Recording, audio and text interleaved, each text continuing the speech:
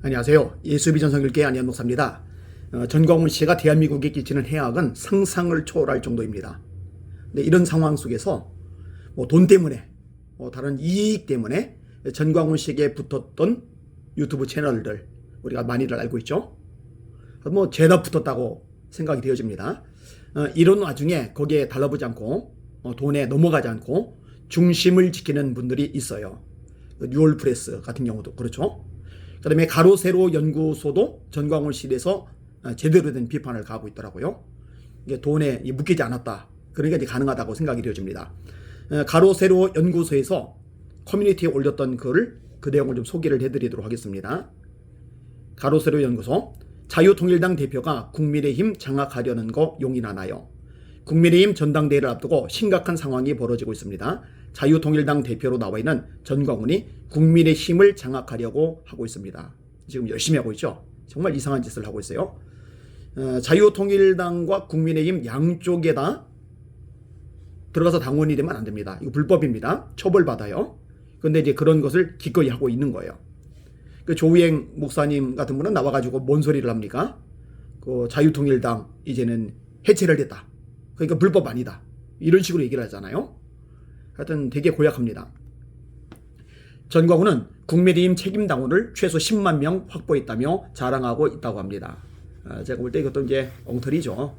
맨날 과대망상증에 걸려가지고 뻥튀기 튀겨서 이 얘기를 하잖아요. 그죠? 국민혁명당 때도 300만 명 당원 확보했다고 거짓말했잖아요. 그죠? 맨날 그런 식이에요. 전광훈은 2020년 총선 때에도 자유통일당을 앞세워 분탕을 쳤던 인물입니다.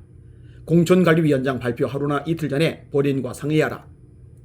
그런데 황교안이 웃기만 하고 내 말을 듣지 않았다. 이 발언은 2020년 1월 31일 전광훈이 자유통일당 창당대회에 직접 한 발언입니다. 황교안 자유한국당 대표에게 이 같은 요구를 했던 인물이 바로 전광훈입니다. 이 욕심이 이제 디글디글한 거죠. 저한테도 직접 그런 얘기를 끄집어냈었어요. 이렇게 장관 자리 같은 것들 받아내겠다고. 착각이죠. 누가 그거 줍니까? 전광훈 씨에게 주었다가는 나라 망치려고요? 당도 망치죠. 말 그대로 자유한국당 공천에 개입하려고 했던 인물이 바로 전광훈입니다. 하지만 황교안 대표가 이를 받아들이지 않자 곧바로 김문수를 내세워 자유통일당을 창당했습니다. 자유통일당은 전광훈이 오래전부터 기독자유민주당이라는 정당에서 이어져 오는 곳입니다. 결국 기독자유민주당, 기독자유당, 기독자유통일당, 국민혁명당, 자유통일당으로 당명만 바뀐 것입니다. 본인의 정당을 끝까지 유지하면서 국민의 힘을 좌지우지하려는 전광훈. 더 이상 전광훈이 우파를 오염시키는 일이 반복되어서는 안 됩니다.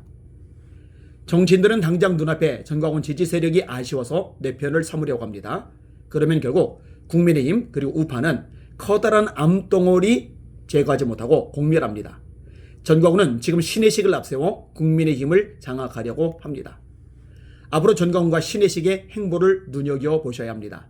특히 내년 총선을 앞두고 전광훈이 공천권을 요구하는 상황을 보셔야 합니다.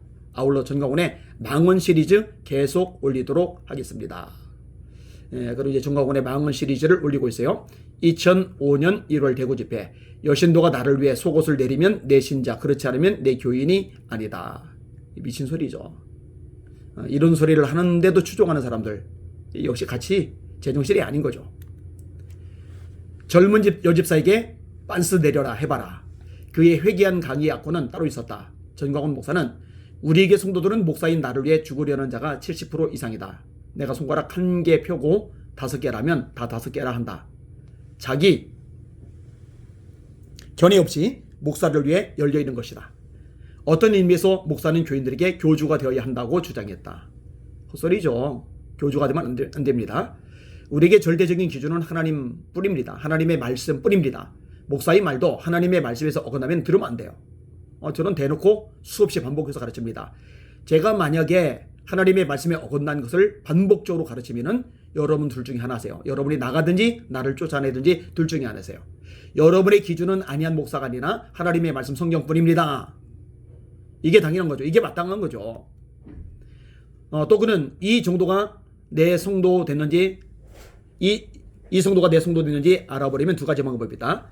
옛날에 쓰던 방법 중 하나는 젊은 여집사에게 빤스 내려봐 한번 자고 싶다 해보고 그대로 하면 내 성도요 거절하면 똥이다. 또 하나는 인감 증명을 끊어오라고 해서 아무 말 없이 가져오면 내 성도요 어디 쓰려는지 물어보면 아니다. 정말 목사가 해서는 안 될 생각과 표현을 여과 없이 쏟아냈다. 그리고 목사 앞에 성도들이 깨어질 때 생명이 나타난다고 덧붙였다. 성령인데 잘못한 것 같아요. 어쨌든 자 자유통일당 대표가 누구가 돼 있어요? 정광훈. 근데 또 이제 국민의힘을 좌지우지하려고 하는 거죠.